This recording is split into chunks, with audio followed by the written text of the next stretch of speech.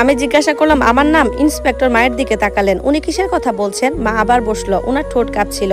আমার বাবা যখন মারা যান উনি একটা লকার রেখে গিয়েছিলেন, আমি ওটা কোনোদিনে খুলিনি। খালা চিৎকার করে উঠলো, মিথ্যাবাদী। মা বলল, আমি কখনোই খুলিনি, কারণ ওটা ট্রানজ্যাকশনে লেখা ছিল কাব্যর বয়স যখন 18 হবে তখন ওটা ওকে দেওয়া হবে। আমার বুকের ভেতর ডাক গুড়গুড় শব্দ হতে লাগলো। আমার জন্য? মা আমার দিকে এমন চোখে তাকালেন যা বছরের পর বছর ধরে গিলে ফেলা হাজারো না বলা কথার ভরা। আমি চেয়েছিলাম তোর কাছে এমন কিছু থাকুক যা কেউ কোনোদিন তোর থেকে কেড়ে নিতে পারবে না। খালা একটা ভয়াবহ হাসিতে ফেটে পড়লো।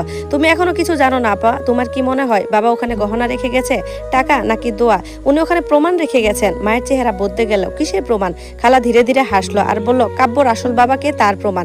পুরো ঘরটা নিস্তব্ধ হয়ে গেল। আমার কানের ভেতর কেমন যেন সাইরেন বাজতে শুরু করলো।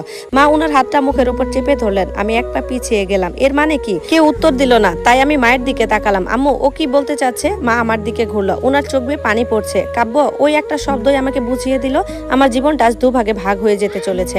ইন্সপেক্টর গলা ঝাড়লেন। এটা এসব কথা বলার জায়গা নয়। না, আমি বললাম। আমার গলা কাঁপছিল, কিন্তু আমি থামিনি। সবাই সবসময় আমাকে বাচ্চা বলে দূরে সরিয়ে রাখে, কিন্তু আজ আমি আমার মাকে জেলে যাওয়া থেকে বাঁচিয়েছি, তাই আজ কেউ একজন আমাকে সত্যিটা বলবে। মা চোখ বন্ধ করে নিল। পুরবী খালা এক নিষ্ঠুর তৃপ্তি নিয়ে আমাদের দেখছিল। ও আজ হেরে গেছে ঠিকই, কিন্তু আমাদের বুকে মারার মতো শেষে একটা ছুরি ও খুঁজে পেয়েছে। মা আবার চোখ খুলল। তোর জন্ম হওয়ার আগে তোর বাবা মারা যায়নি, সে বলল। আমার পায়ের নিচ থেকে যেন মেঝেটা হাওয়া হয়ে গেল। সারাটা জীবন আমাকে বলা হয়েছে মা যখন প্রেগনেন্ট ছিল তখন বাবা এক পথ দুর্ঘটনায় মারা গেছেন। দেয়ালে তাকে একটা ছবি, প্রতি বছর তাতে একটা ফুলের মালা দেওয়া হয়। কয়েকটা গল্প, একটা মানুষ যে কেবল একটা শূন্যতা হয়ে বেঁচে ছিল, উনি বেঁচে আছেন। আমি ফিস ফিস করে বললাম। মা কাঁদতে শুরু করলো।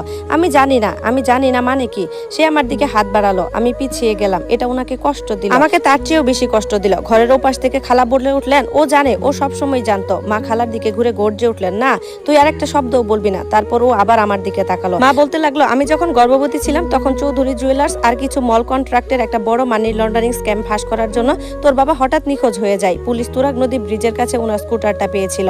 রক্ত, মানি ব্যাগ, ফোন সবকিছুই ছিল, কিন্তু কোনো বডি পাওয়া যায়নি। আমার মুখ শুকিয়ে কাঠ। বডি পাওয়া যায়নি মানে কি? কয়েক মাস পর পুলিশ ওনাকে মৃত ঘোষণা করেন, কিন্তু তোর নানা ভাই কোনোদিন ওটা বিশ্বাস করেনি। উনি সব কাগজ, রেকর্ডিং আর নাম জোগাড় করেছিলেন। উনি সবকিছুই লকারে রেখে দেন। নানা ভাই বলেছিলেন, ওনার যদি কিছু হয়ে যায় তবে তোকে যেন আমি লকারটা থেকে দূরে রাখি, যতক্ষণ না তুই নিজে বড় হচ্ছিস। টেবিলের উপর রাখা ব্রেসলেটটা টিউবলাইটের আলোয় চকচক করছিল। হঠাৎ করে ওটাকে আমার আর কোনো গহনা মনে হলো না, ওটাকে মনে হলো একটা চাবি।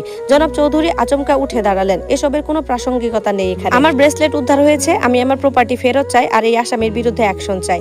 ইন্সপেক্টর ওনার দিকে তাকালেন। আপনি দুটোই পাবেন, তবে তার আগে আমাদের জানতে হবে যে আপনার ভাগ্নে কেন এই মহিলাকে চুরি করা গহনা দিয়েছিল, এবং কেন এক পুরনো নিখোঁজ মামলার ডায়েরিতে আপনার নাম বারবার আসছে। জনাব চৌধুরীর মুখ শক্ত হয়ে গেল। তিনি বললেন, আমার লয়ার এর জবাব দেবেন। ইন্সপেক্টর কোনো উষ্ণতা ছাড়াই হাসলেন। আমিও সেটাই আশা